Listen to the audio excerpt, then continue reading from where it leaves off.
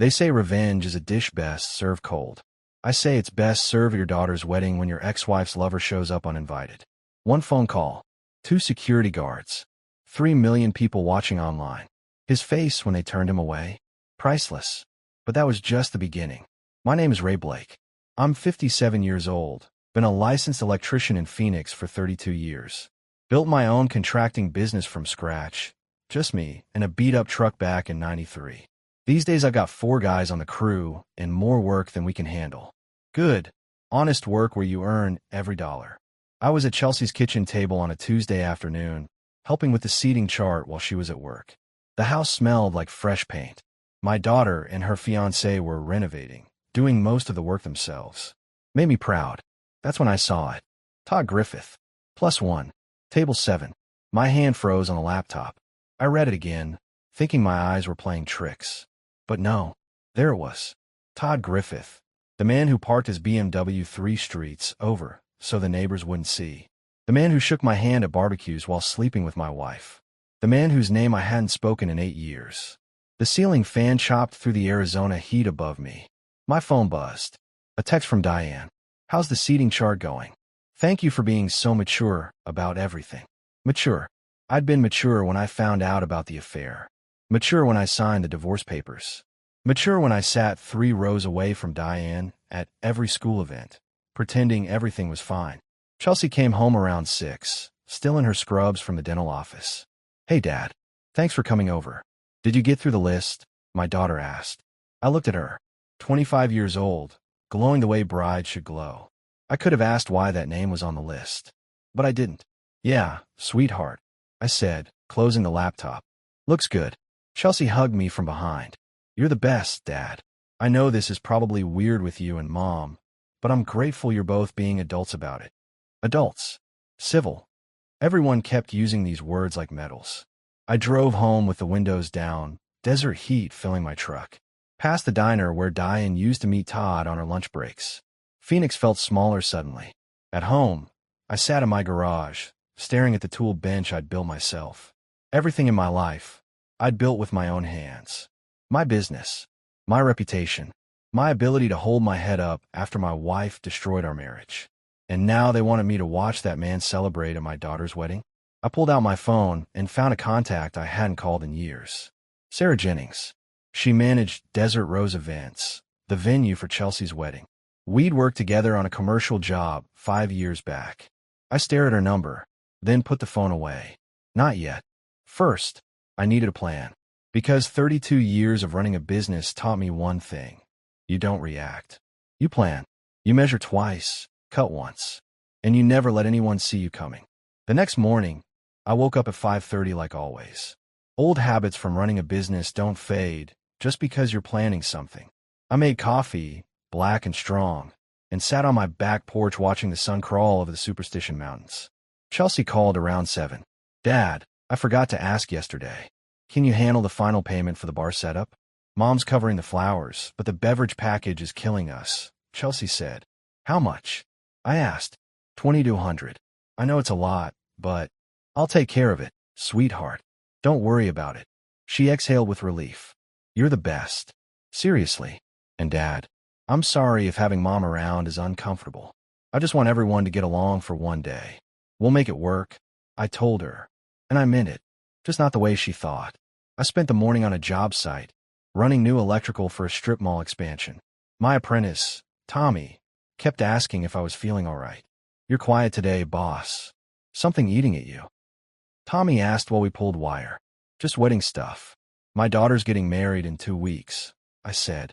That's great, man. You must be proud. Yeah, I said, threading another cable. Proud. But my mind wasn't on the wiring. It was on Todd Griffith. On the fact that Diane thought she could just slide him onto the guest list like it was nothing. Like 8 years was enough time to erase what he did to our family. That evening, I drove to Desert Rose Events. The parking lot was nearly empty. I found Sarah Jennings in her office, surrounded by binder clips and fabric samples. Ray Blake, she said, looking up with surprise. Haven't seen you in what, for years. About that. Got a minute? I asked. Sarah gestured to a chair. For you? Sure. What's going on? I sat down and pulled out a manila folder I'd prepared that morning. Inside were printouts, old emails I'd saved from the divorce, photos of Todd and Diane at a company function, his hand too low on her back, a timeline I'd written out by hand showing the affair. My daughter's wedding is here in 2 weeks. There's a guest on the list who shouldn't be there, I said. Sarah opened the folder and started reading. Her expression shifted from curious to concerned to something harder. This is the man who... Yeah, and my ex-wife put him on the guest list without telling Chelsea the full story, I said. Sarah closed the folder and looked at me directly. What exactly are you asking me to do, Ray? Your venue has security protocols, right? For guests who might cause disruptions. We do. But this man is a threat to my daughter's peace of mind. She doesn't know the whole story. She just thinks her mom and I had problems. She doesn't know he's the reason our family fell apart, I said. Sarah was quiet for a long moment. Then she picked up her pen. I'll need his full name and any identifying information you have. I slid another paper across her desk. Todd's photo, his car description, everything. This stays between us, Sarah said. And Ray, you're sure about this? I stood up. I've never been more sure of anything. Walking back to my truck, I felt something I hadn't felt in years. Not peace exactly, but purpose. Todd Griffith wanted to celebrate at my daughter's wedding. He'd have to get past me first. A week before the wedding, I got a call from a number I didn't recognize. Arizona area code, but not one I had saved. Is this Ray Blake? A young man's voice asked. Speaking. Who's this? My name is Danny Griffith. I'm Todd Griffith's son, he said. My hand tightened on the phone. I was in my truck between job sites, and suddenly the cab felt smaller. What do you want? I asked, keeping my voice level. To help you, Danny said. I know my father's on your daughter's wedding guest list. I know what he did to your family, and I want to give you something that might be useful. We met at a coffee shop in Scottsdale an hour later. Danny was in his late 20s, dressed in business casual, and he had his father's eyes, but none of his smugness. He slid a USB drive across the table. What's on this? I asked. Evidence. My father's been sued twice for harassment at his dealership. Settled both cases out of court. There's also documentation of him manipulating insurance claims. Nothing that sent him to jail, but enough to show he's not the stand-up guy he pretends to be, Danny explained. Why are you doing this? I asked. Danny's jaw tightened. Because he destroyed my family too. My mom, my 2 sisters. He walked out on us for your ex-wife. Then walked out on her when someone younger came along. He's a user, Mr. Blake. And I'm tired of watching him get away with it. I looked at this kid, probably close to Chelsea's age, and saw the same pain I'd carried for years. Your sister's getting married, right? She deserves better than having him there, Danny said. My father ruins things. It's what he does. I pocketed the USB drive. This stays between us. Understood. And Mr. Blake? I hope your daughter has a beautiful wedding, Danny said. Driving back, I thought about Todd's son turning against him. Some men burn so many bridges, even their own kids won't defend them. That evening, I loaded the USB contents onto my laptop. Danny wasn't exaggerating. Harassment complaints from female employees. Fraudulent insurance documentation. Even a DUI from 2 years ago that somehow got buried. I made copies and added them to the folder I'd given Sarah. Then I called her. Sarah, it's Ray. I have additional documentation you should see, I said. More on the guest we discussed, she asked. Yeah, this makes it even clearer he's a liability. Bring it by tomorrow. I'll update our security briefing, Sarah said. I hung up and stared at my laptop screen. Todd Griffith thought he was untouchable. Thought he could show up anywhere, do anything, and face no consequences. He was about to learn different. The week before Chelsea's wedding passed in a blur of last-minute tasks. I installed new lighting in the bridal suite at my daughter's request, fixed a wobbly table at the venue, and wrote another check for unexpected expenses. Every time I was there, I saw Sarah briefly. She'd give me a subtle nod. Everything was set. Chelsea called me Thursday night, 5 days before the wedding. Dad, I need to tell you something, and please don't freak out, my daughter said. My stomach dropped. What's wrong? Justin's flying in tomorrow.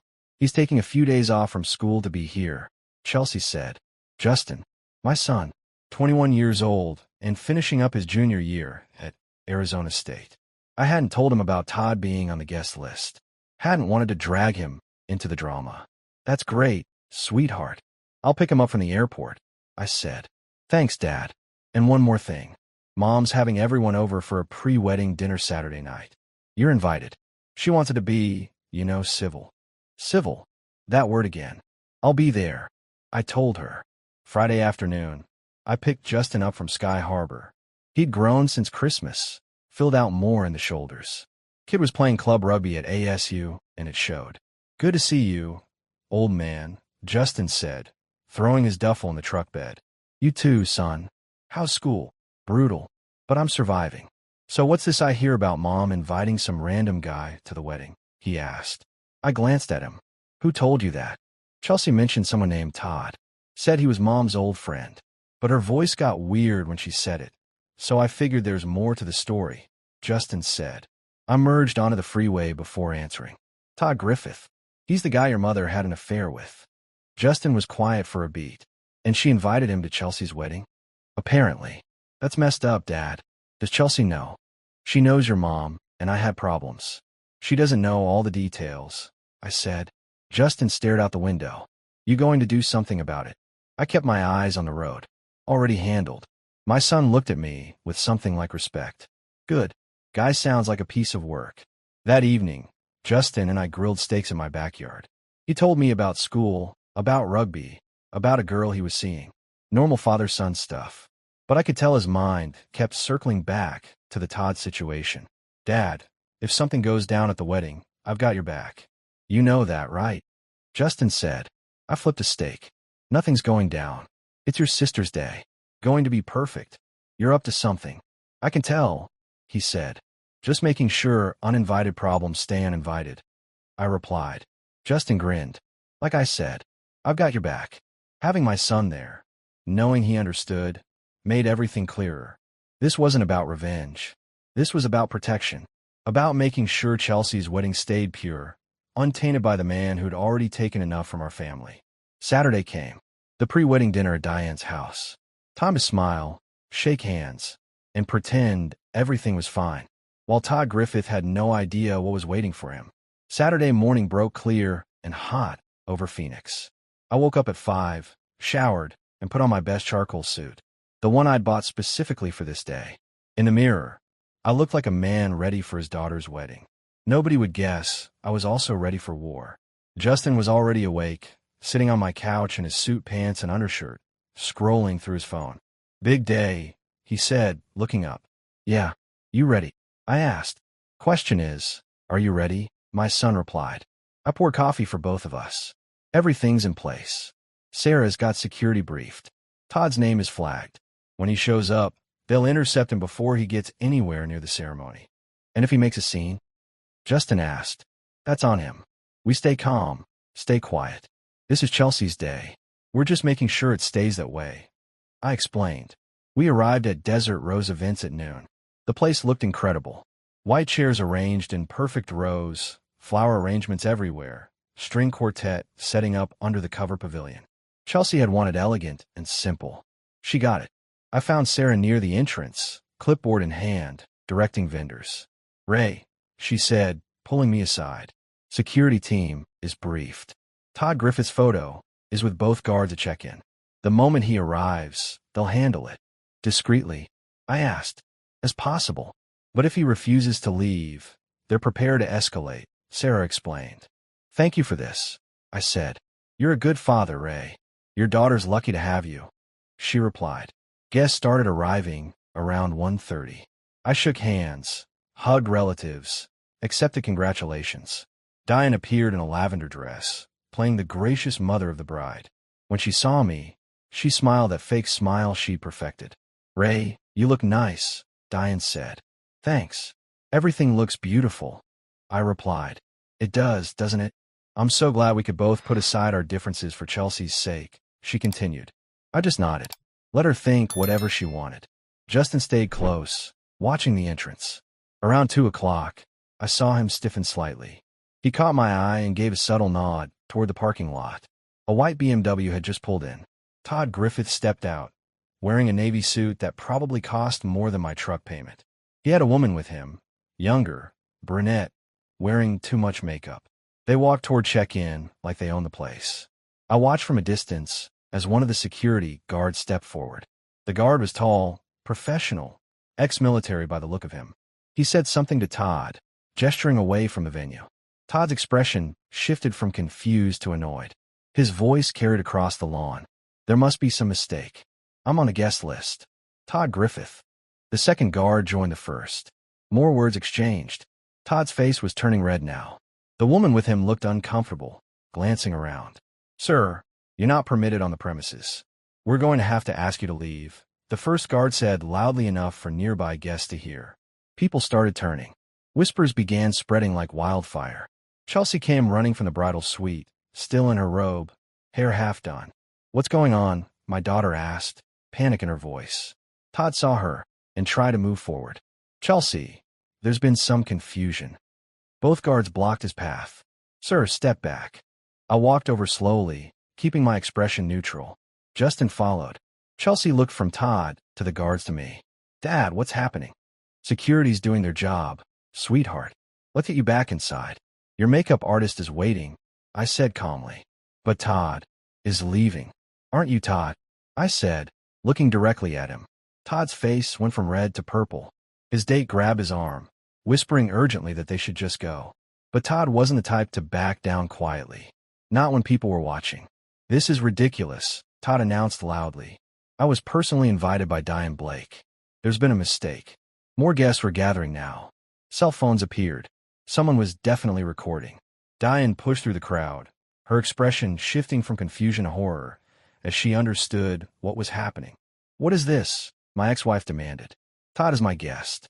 He has every right to be here. Sarah Jennings appeared, professional and unshakable. Mrs. Blake, we received documented concerns about Mr. Griffith's presence creating a potential disruption. Our security team made the decision to restrict his access. Documented concerns? From who? Diane's voice rose. That's confidential, Sarah replied calmly. Todd stepped toward me. You did this. You're behind this, aren't you, Ray? I didn't move, didn't flinch, just looked him in the eye. I'm just here for my daughter's wedding. Security handles security, I said evenly. You son of a... Todd started. Careful, Justin said, moving beside me. My son was 3 inches taller than Todd and had 30 pounds of muscle on him. You're already being asked to leave. Don't make it worse. The security guards positioned themselves between us. Sir, you need to leave now, or we call the police. Todd looked around at all the faces watching him, at the phones recording, at his date, who was already backing toward the parking lot, at Diane, who stood frozen, her perfect mother-of-the-bride moment crumbling. This is insane, Todd muttered, but he started walking backward toward his car. His date was already there, door open, clearly done with the entire situation. I can't believe this, Todd said to no one in particular. I came here to celebrate, and this is what I get. You came here uninvited to a family you destroyed, Justin said quietly, but loud enough for everyone nearby to hear. What did you expect? That stopped Todd cold. He stared at Justin, then at me, then at the crowd of wedding guests who were now looking at him with disgust rather than sympathy. He got in his BMW without another word. The engine roared to life, and gravel sprayed as he peeled out of the parking lot. The silence that followed was thick. Then someone started clapping. Then another person. Within seconds, scattered applause broke out among the guests who'd witnessed everything. Diane stood there, mascara starting to run, looking between me and Sarah and the departing BMW. How could you? She asked me. How could I protect my daughter's wedding? Pretty easily, actually, I replied. Chelsea appeared again, now with her maid of honor, trying to usher her back inside. My daughter looked at me with an expression I couldn't quite read. Shock. Maybe anger. Maybe something else. Dad, we need to talk, Chelsea said. After the ceremony. Right now, you need to finish getting ready. Your groom is waiting, I told her gently. But, Chelsea, Justin interrupted. Dad's right. This is your day. Don't let this ruin it. Get married, be happy. We'll sort everything else out later. My daughter looked at her brother, then at me, then nodded slowly. Her maid of honor pulled her back toward the bridal suite. The crowd began dispersing, buzzing with conversation. I heard fragments. Did you know the guy had an affair with her mom? No way. That's why they got divorced. Can you believe she invited him to her daughter's wedding? Diane stood alone for a moment, then turned and walked quickly toward the venue office, probably to yell at Sarah. Good luck with that. Justin and I headed toward the groom's side of the venue. That went about as well as could be expected, my son said. Yeah, now we just get through the ceremony and reception, I replied. Think Mom's going to cause more problems? I straightened my tie. Probably, but that's her choice. We did what we needed to do. The ceremony was supposed to start at 3. At 2:45, Chelsea pulled me behind the rose arch, away from the guests. Her eyes were red, makeup smudged from crying. Dad, I need the truth. All of it, my daughter said. I took a breath. What do you want to know? Todd Griffith. Mom's been telling me for years that you two just grew apart, that it was mutual. But that's not true, is it? Chelsea asked. No, sweetheart. It's not. He's the reason you got divorced. He's part of it. Your mother made her choices. But yes, Todd was involved, I confirmed. Chelsea's hands were shaking, and she invited him today, to my wedding, knowing what he did. She thought enough time had passed, that we could all be adults about it. I explained. That's insane, my daughter said. Dad, why didn't you tell me? Because I didn't want you carrying that weight. You were 17 when we divorced. You didn't need to know your mother cheated. I wanted you to have a relationship with her without that poison, I said. Chelsea wiped her eyes. So you just took it? Let everyone think you were fine with everything. I was fine, eventually. But I wasn't going to let him sit at your wedding and pretend he didn't help destroy our family, I stated firmly. My daughter hugged me suddenly, tightly. Thank you for protecting me, even from things I didn't know I needed protecting from. That's my job, sweetheart. Always has been, I replied. Mom's furious. She's threatening to leave, Chelsea said. That's her choice. But you're getting married today, with or without her drama. Justin and I are here. We're not going anywhere, I assured her. Chelsea pulled back, nodded, straightened her dress. Okay, let's do this. The ceremony went off perfectly. Chelsea walked down the aisle on my arm, and I handed her off to a good man who'd treat her right. I sat in the front row next to Justin. Diane sat on the opposite side, refusing to look at me. During the vows, I caught Chelsea glancing at me once. She smiled, a real smile, the kind that said she understood now, that she was grateful. When they were pronounced husband and wife, the crowd erupted in applause. Justin leaned over. You did good, Dad, my son whispered. We did good, I corrected. The reception started at 5. Diane made a toast that was clearly directed at me, talking about forgiveness and moving forward and letting go of the past. I just sipped my water and let her talk. When it was my turn, I kept it simple. To Chelsea and Mark, may your marriage be built on honesty, trust, and the kind of love that doesn't break when things get hard. I'm proud of you both, I said, raising my glass. The applause was genuine. Several people came up afterward to shake my hand, including relatives who'd known the truth about Todd all along. About time someone stood up to that guy, my uncle said quietly. Around 7, as the sun was setting and the dancing started, my phone buzzed. A text from an unknown number. This isn't over, Ray. You made an enemy today. Todd. I showed it to Justin. Wanting to handle this, my son asked. No. Block the number. He's just noise now, I said. Justin did it, then deleted the message. Gone, he confirmed. I watched Chelsea dancing with her new husband, laughing, happy. That's all that mattered. Todd Griffith could send all the threats he wanted. He'd already lost. Sunday morning, I woke up to 73 text messages. My phone had been on silent overnight, and apparently, I'd missed quite a show. The first message was from my crew foreman, Tommy. Boss, you're famous. Check TikTok. I didn't have TikTok, but Justin did. He was already awake, sitting on my couch, scrolling through his phone with a grin. Dad, you need to see this, Justin said, turning his phone toward me. It was a video, filmed by one of Chelsea's bridesmaids. Crystal clear footage of Todd being escorted out by security, his face red, voice raised. The caption read, when Mom invites her affair partner to the wedding and Dad says absolutely not. 3 million views. In less than 12 hours. Oh no, I muttered. Oh yes, Justin replied. It gets better. Look at the comments. Thousands of comments. Most supporting me. That dad is a legend. Why would the mom even invite that guy? So disrespectful. Security guard deserves a raise. The way that man stayed calm while protecting his daughter. That's a real father. But there were other videos too. Different angles from different guests. One showed Diane crying and yelling at Sarah. Another caught my toast at the reception. Someone had even posted the full confrontation, including Justin's line about Todd coming to a family he destroyed. That clip alone had 2 million views. My phone rang. Chelsea. Dad, have you seen the videos? My daughter asked. Just now. Sweetheart, I'm sorry if this is. Don't apologize. I'm glad it's out there. Everyone should know what kind of man he is. And what kind of father you are. Chelsea interrupted. How are you handling all this? I asked. Honestly, I'm relieved. For years I thought the divorce was somehow my fault. That if I'd been better, you and Mom would have stayed together. Now I know the truth, she said. We talked for a few more minutes. She was good. Happy. On her honeymoon soon. After hanging up, I checked the other messages. Friend from high school. Old work buddies. Even Danny Griffith, Todd's son. Mr. Blake, I saw the videos. My father got exactly what he deserved. Thank you for standing up to him. But there was one message that concerned me. From Diane. You've humiliated me in front of the entire county. My friends are calling. People in my office saw the videos. I hope you're proud of yourself. Justin read it over my shoulder. She's blaming you for her own choices. Always has. I replied. By Monday morning, local news had picked up the story. A reporter from Channel 12 called asking for an interview. I declined. The Phoenix Tribune ran an article.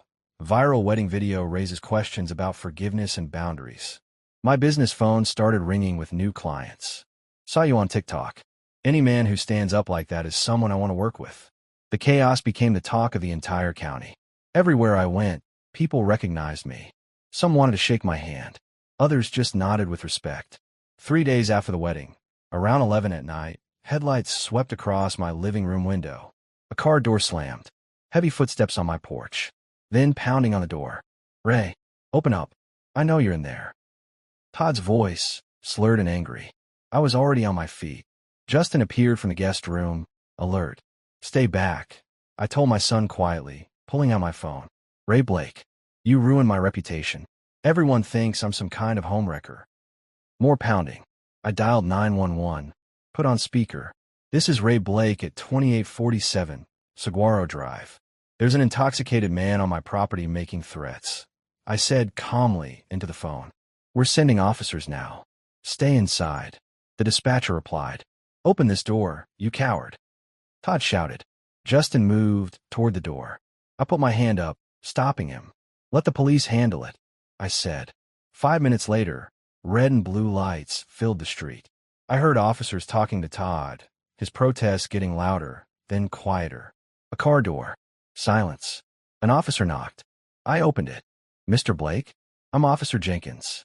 The individual has been arrested for trespassing and public intoxication. He was also driving under the influence, the officer explained. Thank you, officer, I replied. Sir, he made some threats. We recommend a restraining order, Jenkins suggested.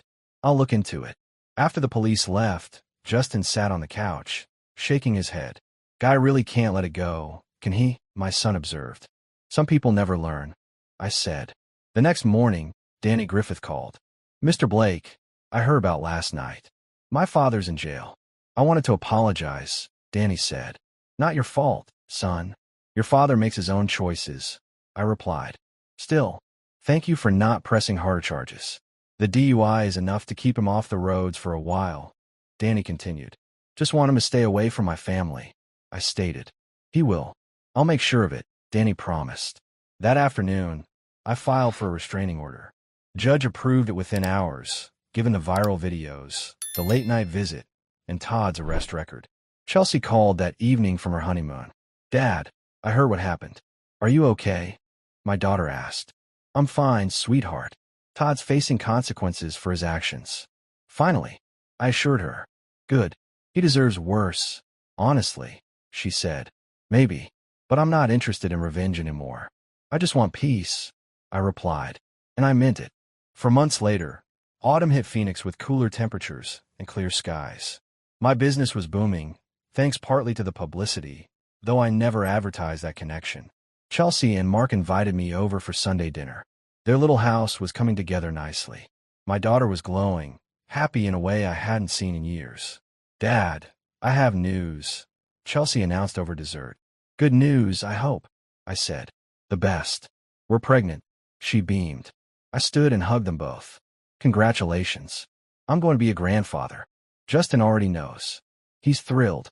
But there's something else," Chelsea continued. "We want to ask you to be really involved. More than just visits.